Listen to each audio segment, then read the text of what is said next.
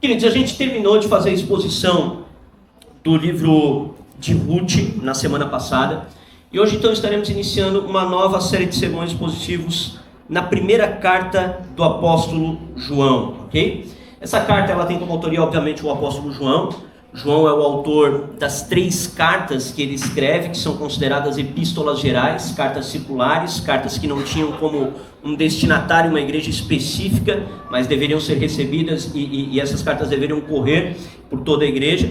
Ele é autor também do livro de Apocalipse e ele é autor também do seu evangelho, do evangelho de João, ok? João escreve essa carta em um contexto no qual a igreja estava enfrentando algumas heresias. Nós vamos falar sobre essas heresias que a igreja estava enfrentando mais à frente, mas de maneira bem simples, de maneira bem curta aqui, essas heresias estavam relacionadas àquilo que nós chamamos de um proto-gnosticismo. O gnosticismo foi uma heresia que invadiu a igreja ali no 2º século, mas na época do apóstolo João isso ali já era embrionário, isso ali já estava começando a acontecer. Essa heresia do gnosticismo ela era uma heresia que ela bebia da filosofia grega e ela trabalhava com uma ideia de um dualismo grego. O que é esse dualismo grego? É a ideia de que a matéria é algo corrompido, é algo mau, enquanto o espírito é uma coisa pura, uma coisa que não tem corrupção. Então, para os gregos e os gnósticos que beberam da filosofia grega, o mundo material era um mundo ruim, era um mundo mau, enquanto o mundo espiritual era um mundo bom. E devido a essa mentalidade grega, nós vamos ver que os hereges ali da época de João, Serim, que é o nome do herege, a gente vai falar sobre ele mais tarde, eles diziam que Jesus não poderia ter vindo em carne, devido ao fato de que a matéria por si era má, então o Deus espiritual não poderia habitar num corpo carnal, então eles negavam a encarnação do Verbo. Por isso que João vai começar tanto no seu evangelho quanto nas suas cartas falando do verbo encarnado, falando daquele que se encarnou, ok? Essa carta ela é escrita dentro da minha perspectiva, eu tenho uma perspectiva preterista parcial em relação à hermenêutica bíblica. Ela é escrita na década de 60, então eu entendo que ela não é escrita no final do 1º século, eu entendo que ela é escrita antes do ano 70, quando Jerusalém é destruída, e aí existem vários motivos para isso, a gente pode conversar sobre isso em um outro momento, ok? Mas o importante da gente saber dessa carta é isso, não tem debate sobre sua autoria, o autor é realmente João, ela é escrita dentro de um contexto no qual a igreja estava enfrentando heresias, e ela é escrita então para combater essas heresias. E a gente vai ler hoje o capítulo 1, verso 1 ao verso 4. Vai falar assim o nosso texto. O que era desde o princípio, o que ouvimos e o que vimos com os nossos olhos, o que temos contemplado e as nossas mãos apalparam da palavra da vida. Porque a vida foi manifestada e nós a vimos, e fomos testemunhas e vos anunciamos a vida eterna, que estava com o Pai e foi manifestada a nós. O que vimos e ouvimos vos declaramos, para que também possais ter comunhão conosco, e verdadeiramente a nossa comunhão é com o Pai e com o seu Filho Jesus Cristo. E estas coisas os escrevemos para que a vossa alegria ela possa ser completa, ok? Então é bem interessante que João escreve uma carta, mas diferente, por exemplo, das cartas do apóstolo Paulo, aqui não tem um prólogo, não tem uma dedicatória, não tem nada disso. João entra direto no assunto. E ele entra no assunto já no verso 1 dizendo o seguinte: o que era desde o princípio, o que ouvimos, o que vimos, o que ouvimos, o que vimos com os nossos olhos e o que temos contemplado e as nossas mãos apalparam da palavra da vida. Então veja que João começa justamente falando sobre o fato de que ele foi uma testemunha ocular, mas não apenas uma testemunha ocular, ele havia tocado na palavra da vida, ele havia tocado no verbo de Deus. Ele está mostrando que o Cristo que ele contemplou, o Cristo que ele viu, o Cristo que ele conheceu, ele era alguém que havia vindo em carne. Do mesmo modo que ele começa o seu evangelho, dizendo que o verbo se fez carne. Então João começa aqui combatendo essa heresia que era corrente naquela época. E ele vai iniciar dizendo o seguinte: o que era desde o princípio. Então João inicia a sua epístola aqui de maneira bem semelhante ao modo como ele iniciou o seu evangelho, como eu falei. Em ambos, tanto na epístola quanto no evangelho, ele vai falar a respeito de um verbo que existia desde o princípio. Então aqui ele está dizendo, aquele que vimos desde o princípio, né? Aquele que era desde o princípio, o que era desde o princípio. E no evangelho de João, ele vai dizer que no princípio ele era a palavra. Então há muita semelhança no evangelho com a carta, né? E ambos os livros, eles estão falando do fato de que essa palavra da vida, ela se fez carne na pessoa de Jesus Cristo. Então, isso é enfatizado para a gente nesse versículo que acabamos de ler. A palavra da vida se fez carne, nós a vimos, nós a tocamos. E é nos enfatizado também no Evangelho de João, no verso 14, no capítulo 1, no verso 14. Ele vai falar assim no verso 14: e a palavra se fez carne e habitou entre nós, e nós contemplamos a sua glória como a glória do unigênito do Pai, cheio de graça e de verdade. Então, João, tanto no seu Evangelho quanto na sua epístola, ele está aqui falando de um evento que ele considerava extremamente importante. Qual é o evento que ele considerava extremamente importante? A palavra da vida, Deus, se fez carne e habitou no meio dos homens. Então ele inicia tanto seu evangelho quanto sua epístola falando desse evento, o Deus encarnado. Ele fala de um Deus que existia desde o princípio, a palavra da vida, aquele que era desde o princípio, tanto no evangelho quanto na carta, e ele fala que esse Deus, ele se fez carne. Para João, gente, esse evento ele é tão importante que ele vai narrar no Evangelho a encarnação do Verbo, tomando emprestado a literatura de Gênesis. Então, quando a gente pega João capítulo 1, ele começa dizendo: no princípio ele era o Verbo, e o Verbo estava com Deus, e o Verbo era Deus. João aqui está tomando emprestado a literatura de Gênesis capítulo 1, que fala que no princípio criou Deus o céu e a terra. Então, João, quando escreve seu evangelho, e automaticamente também na sua primeira carta, ele está literalmente falando que Deus, por meio de Cristo Jesus, estava agora recriando o mundo. Então, se em um momento no passado, no livro de Gênesis, Deus havia criado todas as coisas, e ele havia as criado muito boas, a gente vê na literatura de Gênesis isso, né? Que o primeiro dia ele criou, viu que era bom, o segundo dia ele criou, ele viu que era bom, o terceiro dia ele cria, ele vê que é bom, quando chega no sexto dia ele diz que era muito bom. Porém nós percebemos que esse evento que foi criado, a criação que foi criada muito boa, ela não permanece nesse estado. A criação ela é corrompida. Gênesis capítulo 3 fala do pecado entrando no mundo, o homem então se torna pecador. E agora João, então, no seu evangelho, automaticamente nas cartas, ele vai dizer que no princípio tinha a palavra, e a palavra agora se fez carne, tomando emprestada a literatura de Gênesis. O que João está querendo mostrar aqui? João está querendo mostrar aqui que Deus está recriando o mundo por meio de Cristo Jesus. Então, numa primeira criação, as coisas foram criadas boas e se corromperam. Porém, na segunda criação, quando o Filho de Deus se faz carne e vem ao mundo, ele vem e ele não é apenas muito bom, ele é perfeito, ele é excelente, ele é incorruptível. Ele é aquele que não sofre mazela ou corrupção. Então, João está narrando aqui os eventos da criação, agora sendo reinauguradas por meio de Jesus Cristo. Então Jesus, ele é aquele agora que vem para recriar o mundo.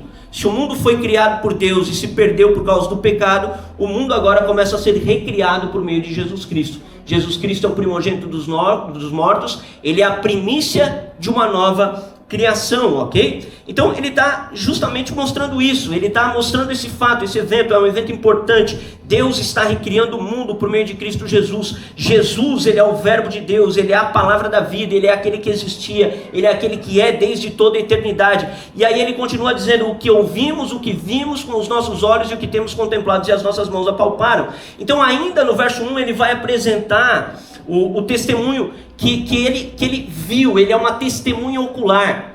Ele está querendo mostrar aqui, a partir de 1 João capítulo 1, verso 1, que o evento que ele está descrevendo é um evento no qual ele é testemunha.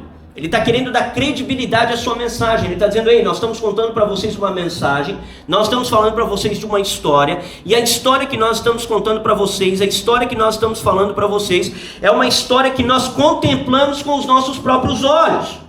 Nós fomos testemunhas oculares, nós ouvimos as palavras da palavra da vida, nós tocamos na palavra da vida, nós vimos ele, nós somos testemunhas dele. João havia sido chamado como um apóstolo para ser uma testemunha de Jesus Cristo. Atos capítulo 1, verso 8, vai dizer que os apóstolos receberiam o poder ao descer sobre eles o Espírito Santo, e eles seriam então testemunhas, tanto em Jerusalém, como Judeia, Samaria e os confins da terra. O que é uma testemunha? Uma testemunha é alguém que viu com os seus próprios olhos um fato e agora ele é chamado a dar esse testemunho, a falar dessa realidade. Então, o motivo pelo qual João aqui está expondo que ele tocou, que ele ouviu, que ele contemplou o verbo da vida, a palavra da vida, é porque ele está querendo mostrar que ele é uma das testemunhas oculares que foi chamada por Jesus Cristo. Jesus Cristo havia chamado seus apóstolos para serem testemunhas oculares da sua ressurreição. Então João está falando isso. Agora, qual é o segundo motivo pelo qual João está mostrando que ele tocou em Jesus? E aqui é uma coisa muito interessante, né? Porque ele fala, nós tocamos no verbo da vida. É uma coisa muito bonita, né? Nós tocamos no verbo da vida. E qual é o segundo motivo, então, pelo qual ele está falando isso? O segundo motivo é justamente a heresia que ele estava enfrentando, né?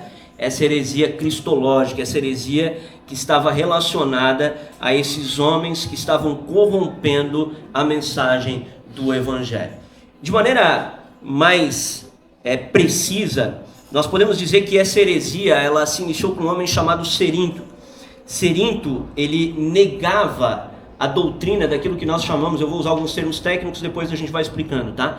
Ele negava aquilo que nós chamamos de união hipostática. O que é a união hipostática? É a doutrina que diz que Deus, quando encarna em Cristo Jesus, ele assume a forma de um homem, e na pessoa de Jesus Cristo você tinha duas naturezas, uma divina e uma humana. Deus, ou Jesus Cristo, era 100% homem e 100% Deus. Cerinto, então, como era um grego, como era um helenista no seu pensamento, apesar de sua nacionalidade ser judaica, ele estava agora negando essa realidade. Ele estava querendo dizer que o Deus de toda a terra não poderia ter se feito carne por ser, então, um ser espiritual. E por que é importante, gente, a gente entender essa heresia que existia naquela época? Porque nós precisamos compreender o que Deus veio fazer por meio de Cristo Jesus, né? O que Deus veio fazer por meio de Cristo Jesus? Essa mentalidade dualista grega, ela é presente nos nossos dias também. Quando a gente olha para alguns círculos evangélicos, quando a gente olha para alguns meios do mundo evangelical brasileiro, a gente vai perceber que existe ali um espiritualismo muito forte, quase que um esoterismo. Qual seria a ideia dos gnósticos? Os gnósticos diziam que você, para alcançar a salvação, precisava sair do seu corpo, se elevar a um nível espiritual e alcançar um determinado conhecimento secreto para que você pudesse ser salvo. E quando a gente olha para a realidade de alguns meios evangélicos, a gente tem muito essa ideia de que nós precisamos nos despir de toda a nossa materialidade, da nossa vida terrena, que nós precisamos ser seres espirituais, que nós precisamos nos elevar ao mundo espiritual para que a gente possa ter contato com o divino. Então essa era a mentalidade que circulava naquela época, e é a mentalidade que é combatida por João, e é a mentalidade que tem que ser combatida por nós. Porque quando nós olhamos para o Evangelho, gente, quando nós olhamos para a realidade do Evangelho, o Evangelho ele não é uma mensagem que diz que seres humanos precisam se despir de sua humanidade agora para se tornarem espirituais. O Evangelho é uma mensagem que diz que o Deus espiritual assumiu um corpo humano para poder redimir os seres humanos. Então Deus nos criou com matéria, Deus nos criou com um corpo físico, Deus criou esse mundo físico. E Deus não tem o interesse de destruir este mundo físico. Deus tem o interesse de redimir este mundo físico, de salvar este mundo físico. Do mesmo modo que Deus tem o interesse de redimir os homens, de salvar os homens. Quando nós olhamos para Cristo Jesus, Jesus, ele é a expressão exata de um homem perfeito. Então, se você quer saber o que é um ser humano, você tem que olhar para Jesus. Jesus é o homem perfeito. Ele é o homem como Deus idealizou que o homem fosse, sem pecado, criado sem pecado lá no Gênesis, e vivendo uma vida reta para a glória de Deus. Então, quando nós olhamos para essa heresia de Cerinto aqui, nós precisamos entender que essa heresia existe no nosso meio. Nós vemos em círculos católicos, evangélicos também, aquela ideia muito dada aos votos de pobreza. Nós olhamos para a história do cristianismo, nós vemos os monastérios, as pessoas que se retiravam do mundo porque precisavam se isolar, afinal o mundo está corrompido, ele é mau por causa da matéria. Nós temos nos círculos evangélicos, não tanto, mas nos círculos católicos mais antigos, nós vemos as pessoas que eles se autoflagelavam. Por que eles se autoflagelavam? Porque eles queriam negar a sua materialidade, eles queriam negar que o homem material era uma coisa boa, eles queriam alcançar uma natureza apenas espiritual. E é isso que João está combatendo aqui. João está dizendo que nós não precisamos abandonar a nossa materialidade para que nos tornemos homens e mulheres de Deus. João está dizendo que, na verdade, o próprio Deus Espírito assumiu um corpo material, mostrando para nós qual é a verdadeira humanidade. Então Cristo, ele não veio ao mundo apenas para destruir, porque as pessoas têm essa visão, né, no meio evangélico, né? Não, Jesus, ele veio para o mundo e ele vai um dia destruir esse mundo, e muitas pessoas acreditam que o céu será um lugar apenas espiritual, né? Mas não é essa a realidade bíblica. A realidade bíblica é de que em Cristo Deus começou uma nova criação. Deus começou a redimir a criação antiga, para que essa criação que Deus fez muito boa no princípio, ela alcance novamente esse lugar no futuro. Então, conforme o reino de Deus ele se expande, conforme o reino de Deus ele se espalha, conforme os homens vão sendo alcançados pelo Evangelho, conforme a mensagem do Evangelho vai mudando homens e mulheres, esse mundo vai assumindo novamente uma forma que havia sido criado para ser, e os homens vão se tornando novamente aquilo que haviam sido criados para ser. Obviamente que não alcançaremos a plenitude disso nesta vida, nós enfrentaremos a morte, apenas aqueles que estiverem vivos quando Jesus voltar não enfrentarão a morte, nós enfrentaremos a morte, mas haverá uma ressurreição dos mortos, e nessa ressurreição dos mortos haverá um novo céu e uma nova terra, e nós habitaremos para sempre com essa realidade material. Cristo Jesus, ele foi para o céu com o seu corpo, Jesus subiu com o seu corpo para o céu, nós temos um Deus homem sentado no céu. Então é isso que João está combatendo aqui, ele está combatendo essa heresia gnóstica, essa ideia de que nós precisamos abandonar a materialidade, a nossa existência, nós precisamos apenas nos tornar seres espirituais, essa ideia de se elevar, né? Eu preciso me elevar, eu preciso abandonar essa realidade material para alcançar uma realidade espiritual. Isso não é o cristianismo. O cristianismo é o ser espiritual que se faz carne e vem para esse mundo. Deus se fez carne na pessoa de Jesus para vir para esse mundo. Então a gente precisa aprender com isso. João considerava essa doutrina tão demoníaca, tão terrível, que ele vai chamar os defensores dessa doutrina na sua época de anticristos. Então nas cartas de 1 João nós vamos ter as repreensões aos anticristos. Quem eram os anticristos? Eram os homens que seguiam a Cerinto. Eram os homens que adoravam o Deus conforme Cerinto havia revelado. Eles eram hereges daquela época que seguiam essa heresia, ok? E para João o negócio era tão sério, e aqui é uma curiosidade, tem um relato de Irineu de Lyon. Irineu de Lyon, ele é um pai da igreja, e ele declara que certa vez João estava na cidade de Éfeso numa casa de banho pública, e Cerinto apareceu dentro da casa de banho. E quando Cerinto apareceu dentro da casa de banho, João olhou para aqueles que estavam com ele e disse o seguinte: vamos embora dessa casa porque ela pode cair, Cerinto, o inimigo da verdade, está aqui. Então o Irineu de Lyon conta que João, ele olhou para Cerinto e ele disse: cara, vamos sair desse lugar, porque esse Deus vai matar, vai derrubar esse lugar aqui por causa desse herege aqui. Então era uma coisa muito ruim, era uma coisa muito, muito pesada. João está combatendo essa heresia. E aqui fica um ponto de aplicação para nós, gente. Primeiro ponto de aplicação, obviamente, né? É que combater heresias faz parte do cristianismo, gente. Faz parte do cristianismo. Nós precisamos aprender a combater heresias. Nós não podemos querer estender a destra da comunhão àqueles que negam as verdades essenciais de Cristo Jesus. Quando a gente vai olhar, por exemplo, para o verso 5 de 1 João, que a gente vai expor ainda, quando a gente olha para o verso 5 de 1 João, no verso 5 fala que se nós andarmos na luz, então teremos comunhão uns com os outros. O que é andar na luz para João? É andar debaixo da verdade. É andar debaixo da verdade que Jesus Cristo veio em carne. Então João entrelaçava a comunhão ao andar na verdade. Então o cristianismo, gente, ele é uma religião que ele tem uma verdade objetiva e não subjetiva. Nós não somos subjetivistas. Nós não acreditamos naquele papo de que eu adoro Deus do meu jeito, tu adora Deus do teu jeito, tu adora o outro do outro jeito, e está todo mundo certo. Não está todo mundo certo. Não tem como estar todo mundo certo se nós temos apenas uma palavra que é revelada, e essa palavra ela precisa ser compreendida e entendida de acordo com aquilo que está escrito.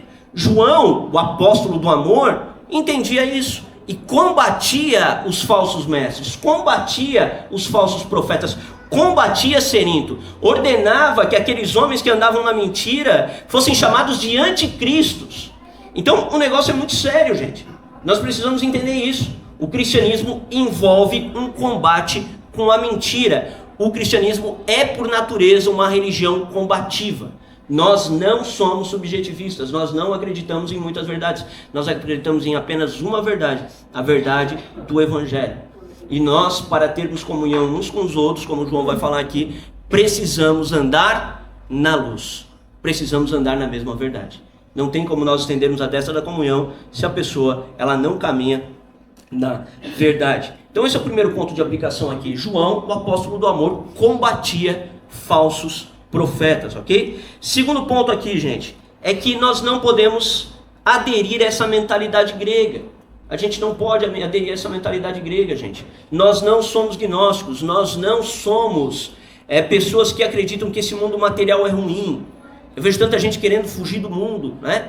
A gente tem uma teologia do arrebatamento na nação brasileira, é uma ideia de ser liberto, livrado desse mundo que vai acabar. Não, Deus não chamou a gente para ser liberto desse mundo que vai acabar. Deus chamou a gente para redimir esse mundo que não vai acabar, ele será redimido, restaurado, haverá novo céu e nova terra. Nós não podemos ter uma mentalidade grega, uma mentalidade dualista, uma mentalidade escapista, uma mentalidade de fuga. Jesus, ele disse em João 17, quando ele ora, ele fala assim, ele fala que ele orava por nós, né? Ele fala que nós não somos do mundo, mas que nós estaríamos no mundo, nós permaneceríamos no mundo. Não somos do mundo no sentido, a palavra mundo ali, a palavra cosmos, essa palavra tem um sentido de ética, de governo, então nós não pertencemos ao sistema desse mundo, mas Deus não nos chamou para sairmos desse mundo. Deus nos chamou para redimir esse mundo, do mesmo modo que Cristo vem em carne, e ele vem em carne para redimir esse mundo. Cada cristão que é habitado pelo Espírito Santo é chamado para ter um papel de redenção nesse mundo. Somos chamados para ser o sal e a luz desse mundo. Somos chamados para ser sal da terra e luz do mundo. Então nós não podemos aderir a essa mentalidade grega, não podemos ser dualistas, não podemos ser espiritualistas. Essa ideia de que para eu ter uma experiência com Deus eu tenho que quase ter um arrebatamento. Não, isso não é bíblico. É óbvio que o apóstolo Paulo foi levado ao terceiro céu, mas ele foi levado para receber uma revelação e voltar. Ele voltou para depois proclamar essa verdade. Nós não somos chamados para ter essa mentalidade de sermos levados, transcender. Não, a gente é chamado para absorver da palavra da verdade, absorver do verbo de Deus, para que conforme o verbo de Deus ele vá sendo absorvido por nós, nossa carne também possa se tornar mais humana, mais semelhante àquilo que Cristo Jesus é, amém? Então esses são os primeiros dois pontos que a gente extrai aqui do versículo 1. Então no versículo 1 João se mostra como uma testemunha do verbo da vida que existe desde o princípio, e ele mostra que ele toca nesse verbo da vida. Ele tocou, ele viu, era verdade. Jesus é 100% homem e 100% Deus. O Deus Espírito se fez carne e habitou no meio dos homens, amém? Esse é o primeiro ponto. E aí no verso 2, olha só, verso 2 ele fala assim: porque a vida foi manifestada e nós a vimos, e fomos testemunhas e vos anunciamos a vida eterna, que estava com o Pai e foi manifestada a nós. Então no verso 2, João mostra que a contemplação da vida, porque ele contemplou o verbo da vida que se fez carne, a contemplação da vida fez com que João se tornasse um mensageiro da vida eterna. Quando ele contempla o verbo da vida, quando ele contempla a palavra da vida, aquele que era desde o princípio, a partir daquele momento ele se torna um mensageiro da vida eterna. Então a mensagem que João proclamava por ter contemplado o verbo da vida era a mensagem de que existe uma vida eterna. O verbo da vida é a vida eterna, e ele veio ao mundo para dar a vida eterna aos homens. A gente tem um paradoxo aqui, eu escrevi assim, ó: a vida que existia desde a eternidade assume uma carne mortal, para que a nossa carne mortal possa receber a vida por toda a eternidade. Então olha só, a vida que existia desde a eternidade assume uma carne mortal, para que a nossa carne mortal possa receber a vida por toda a eternidade. Então basicamente o que João está dizendo aqui é: a vida se manifestou e a vida se manifestou a mim para que eu testemunhe da vida para vocês. É basicamente isso que João está falando aqui. E a mensagem que João proclama então é a mensagem da vida eterna. Qual é a mensagem da vida eterna? João 11, 25 e 26. Abre comigo, por favor.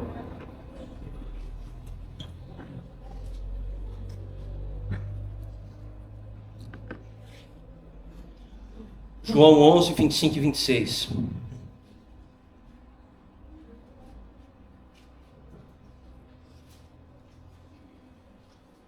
Olha só o que Jesus vai falar.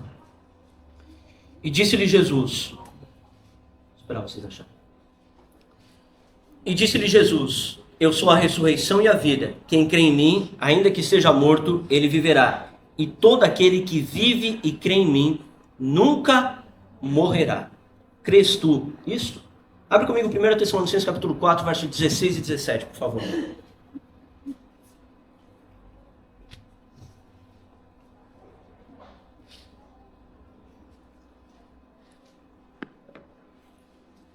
Primeira Tessalonicenses capítulo 4, versos 16 ao 17.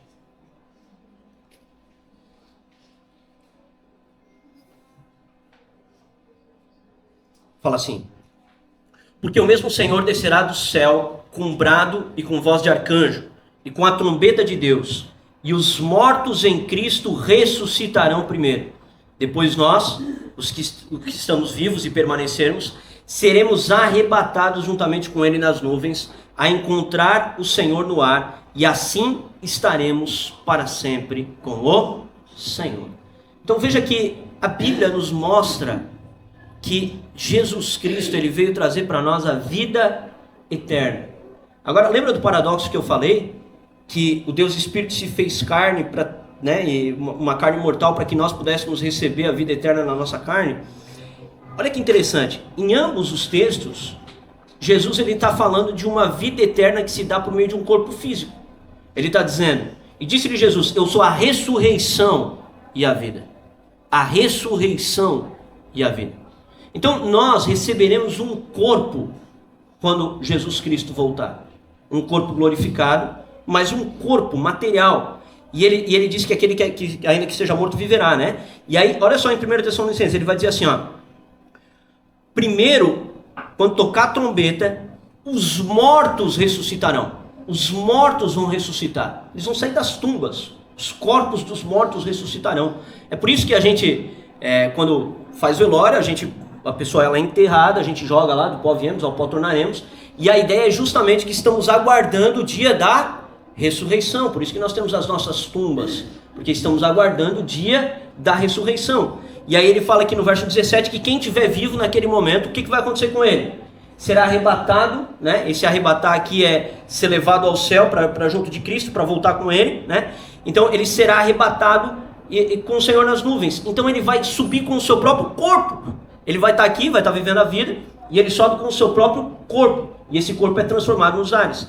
Então Jesus, ele vem proclamar para nós vida eterna. E essa vida eterna é a vida que nós recebemos porque o Verbo de Deus se fez carne.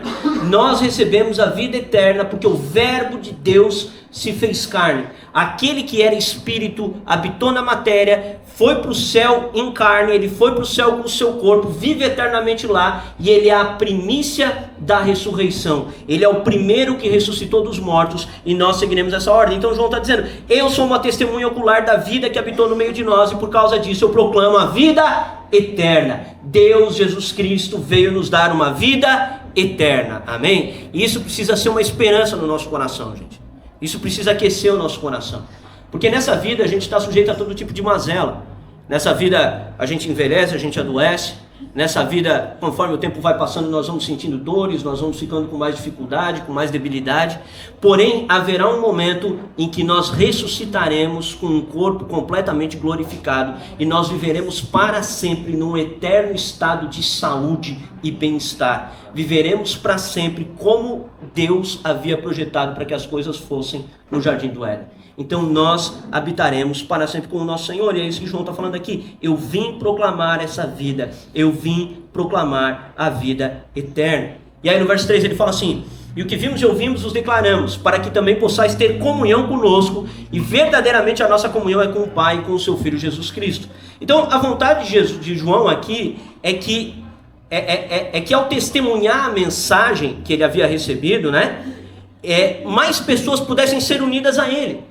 Ele está dizendo o seguinte: olha, a gente viu, a gente ouviu, a gente declara para vocês que a gente viu, a gente ouviu, para que vocês possam ter comunhão com a gente. Perceba que João está colocando aqui um ponto para que se possa ter comunhão com ele. Qual que é o ponto para que se possa ter comunhão com ele? É acreditar na mensagem que ele proclama. Então eu proclamo essa mensagem para que por meio dessa mensagem vocês possam ter comunhão conosco. E a partir do momento que vocês estiverem em comunhão conosco, que estiverem unidos à igreja, então a partir desse momento vocês também terão comunhão com o Pai e com o seu Filho Jesus Cristo. Então João aqui, ele mostra que a união com Cristo e com a igreja depende do recebimento com fé na mensagem, gente. A igreja é a comunidade dos redimidos. Eu postei no meu Instagram essa semana que o culto público, o culto de domingo, ele não pode ser pensado para agradar os visitantes.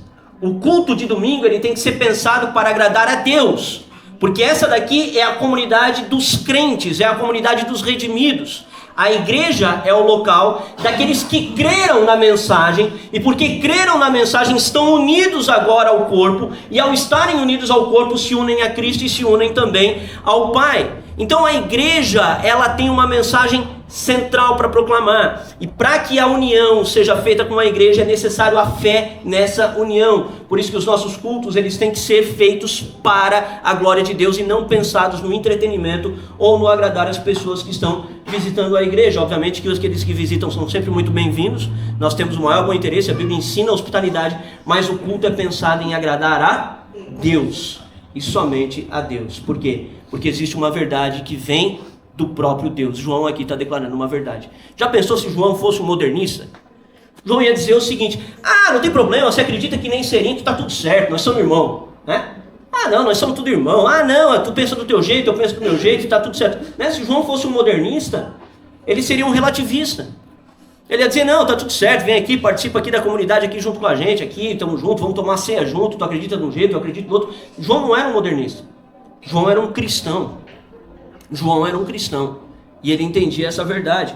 João então ele está declarando isso, e a aplicação para a gente que fica é que nós precisamos ter uma confissão de fé. A gente precisa ter uma confissão de fé. Veja que João atrela o recebimento da pessoa à fé na confissão que ele havia acabado de dar. É por isso que a gente tem confissões de fé nas igrejas. É por isso que as igrejas elas têm ali uma declaração: olha, nós cremos nisso, cremos naquilo, para que a pessoa ela possa ler essa confissão e dizer: não, eu concordo com o que está escrito aqui, e a partir do momento que eu concordo com o que está escrito aqui, eu adentro ao corpo, eu adentro à igreja, para que agora eu possa participar dela. Então essa é uma aplicação que fica para nós, gente. Nós precisamos ter o crivo das confissões de fé. João aqui tinha um testemunho, o testemunho era: o verbo se fez carne. Jesus habitou em carne, e é necessário que se creia nisso para que se participe da comunhão conosco e da comunhão com o Pai e com o Filho, ok? E aí no verso 4 ele vai falar assim: estas coisas os escrevemos para que a vossa alegria possa ser completa. Algumas traduções aqui colocam para que a nossa alegria possa ser completa, né? E João então declara que o motivo pelo qual ele escrevia a carta para os seus leitores era para que com o conhecimento da verdade que os leitores receberiam ao receber a carta, eles contemplassem a vida, né? E ao contemplarem a vida, João pudesse se alegrar na salvação deles, para que a nossa alegria possa ser completa. Eu estou escrevendo isso para vocês, para que ao vocês receberem a mensagem da verdade, para que vocês ao crerem no Filho de Deus que se fez carne, que veio ao mundo, para que quando vocês creiam nessa mensagem, vocês possam ser unidos a nós e a nossa alegria então ela possa ser completa. João, ele era um evangelista, gente. João, ele era um evangelista. João, ele tinha o desejo de ver outras pessoas aderindo à fé, e ele se alegrava quando outras pessoas criam na mensagem que ele proclamava. Lembra do que Jesus disse? Jesus disse que há mais alegria no céu quando um pecador se arrepende do que por muitos justos que não necessitam de arrependimento. Nós precisamos, gente, voltar a ter esse zelo e essa alegria de compartilhar a mensagem do Evangelho, de compartilhar a mensagem da cruz, de compartilhar a boa notícia da vida eterna. Nós precisamos dizer ao mundo: existe um Deus Espírito que se fez carne na pessoa de Jesus Cristo. Esse Deus Espírito que se fez carne na pessoa de Jesus Cristo foi tocado pelos apóstolos. Eles viram, eles ouviram a sua mensagem. E esses apóstolos testemunharam para nós e nos deixaram os escritos. Nós somos testemunhas do poder desse Deus porque experimentamos do seu poder. Tivemos nossos pecados perdoados por meio dele. E nós cremos agora que há uma vida eterna. Nós precisamos voltar a proclamar a mensagem da cruz, a mensagem do Evangelho. João está dizendo: eu proclamo isso para que a nossa alegria possa ser completa. Eu proclamo isso para que pessoas possam ser salvas, J.C. Ryle, um grande teólogo, ele disse o seguinte: um homem convertido não deseja ir para o céu sozinho. Um homem convertido não quer ir para o céu sozinho. Ele quer que outras pessoas vão para o céu junto. É por isso que quando uma pessoa acaba de se converter, ela vira um tagarela, né? Quem passou pela experiência do tagarela no começo da conversão? Meu Deus, eu não parava de falar um segundo. Até chato eu era. Então não parava um minuto, um segundo de falar. Mas nós precisamos voltar a ter essa paixão, essa vontade de falar para as pessoas: Jesus Cristo veio em carne, morreu pelos nossos pecados. O Deus Espírito se fez carne, padeceu naquela cruz. O seu corpo mortal pereceu para que o nosso corpo pudesse ter vida, para que a gente pudesse viver para sempre, eternamente, para que eternamente nós estivéssemos com o Pai.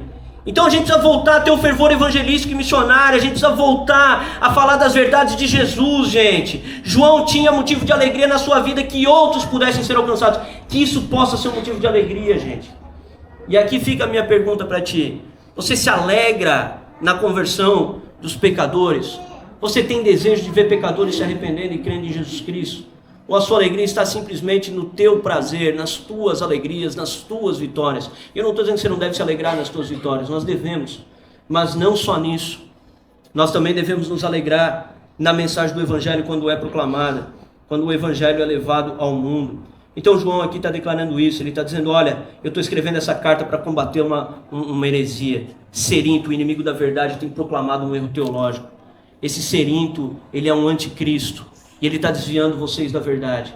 Mas a mensagem que eu tenho é a mensagem da vida eterna. A mensagem que eu tenho é a mensagem da vida. E se vocês ouvirem a mensagem da vida que eu tenho para vocês, vocês se unirão a nós. E ao se unirem a nós, se unirão ao Pai e ao Filho. E participarão então da mesa e do banquete do Senhor conosco. E essa é a mensagem da cruz, gente. Essa é a mensagem da cruz. Nós precisamos sim combater os cerintos, porque os cerintos, eles extraviam as pessoas da mensagem da vida eterna. Eles extraviam as pessoas da mensagem da vida eterna. E nós precisamos proclamar a mensagem da vida eterna. A gente precisa proclamar essa verdade, amém? Eu gostaria então de caminhar aqui para a conclusão. E a conclusão disso tudo é que a vida, né, se manifestou a nós em carne, para mostrar que a nossa carne pode voltar a ter vida, gente. Essa é a conclusão. A vida se manifestou a nós em carne, para mostrar que a nossa carne pode voltar a ter vida. Eu tenho falado muito isso aqui, eu vou continuar batendo nessa tecla. Jesus veio para nos dar vida abundante. Ele veio para nos fazer experimentar a vida na nossa carne.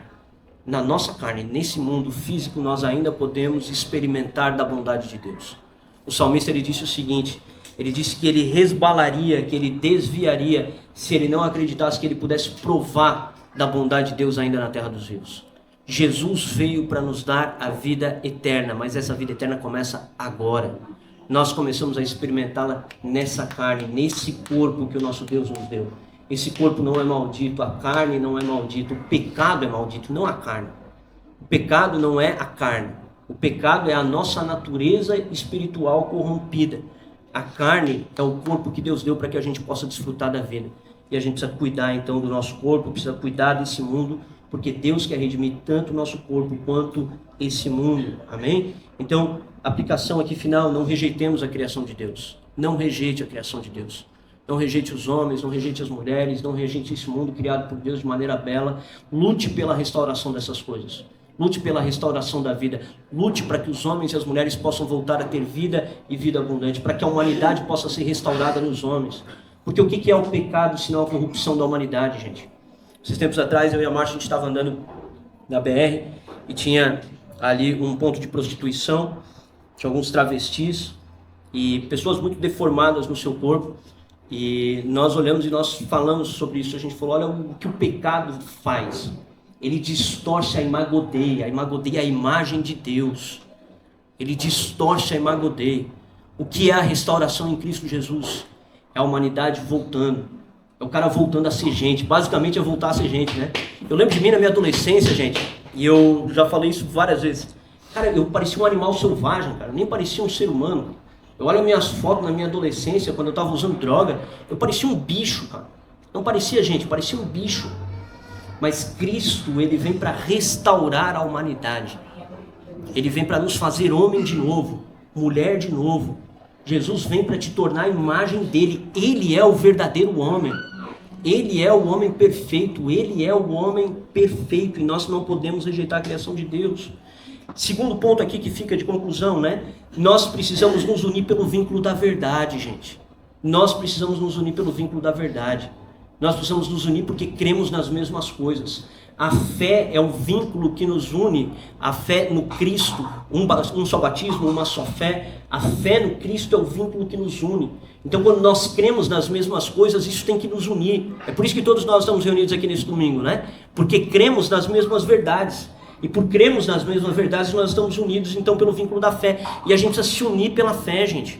A gente precisa voltar a ter unidade no corpo de Cristo por meio da fé. Essa ideia de que cada um acredita de um jeito, eu acredito do... Não, isso aí não dá. A gente precisa voltar a ter fé. A gente precisa ter unidade. A gente precisa ter uma fé que nos une.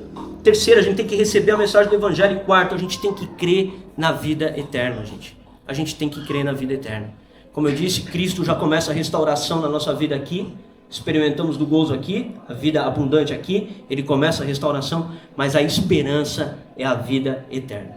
É o dia em que não haverá mais morte, não haverá mais dor, não haverá mais sofrimento, lá não haverá mais doenças, não haverá mais mazelas, você não vai mais ter teu problema aí nas costas, você não vai mais andar mancando, você não vai mais ter tuas dores, você vai experimentar a vida eterna. E essa mensagem é poderosa, gente. Você já parou para pensar no poder dessa mensagem? Imagina você visitando uma pessoa num leito de cama, doente, a pessoa sofrendo, e aí você chega para ela e fala assim: cara, Deus vai te dar um corpo novo, Deus vai restaurar o teu corpo, você nunca mais vai sentir as dores que você está sentindo, você crê em Jesus Cristo? Essa é a mensagem da verdade, gente. Essa é a mensagem da vida eterna, e ela precisa ser proclamada por nós. Nós precisamos proclamar o Evangelho de Jesus Cristo. Jesus Cristo veio ao mundo para nos dar a vida. Ele é a palavra da vida que existia desde o princípio. Que não venhamos a negociar com os serintos desse tempo. Que não venhamos a absorver as mentiras desse tempo. Que não venhamos a beber desse dualismo grego, dessa ideia de que eu preciso me despir dessa matéria, desse mundo físico. Não. Deus está recriando o mundo por meio de Jesus Cristo. É por isso que o Evangelho de João começa do jeito que começa, ele aponta para Gênesis. Deus está recriando o mundo por meio de Jesus Cristo. E esse mundo será restaurado para a glória do nosso Deus. Amém, gente? Que nós possamos então descansar nessa mensagem e crer nela, para que possamos experimentar da bondade de Deus. Eu gostaria de convidá-los a se colocar de pé. A gente vai orar e depois a gente vai cantar um louvor. Nós iremos cantar a música Colossenses 1.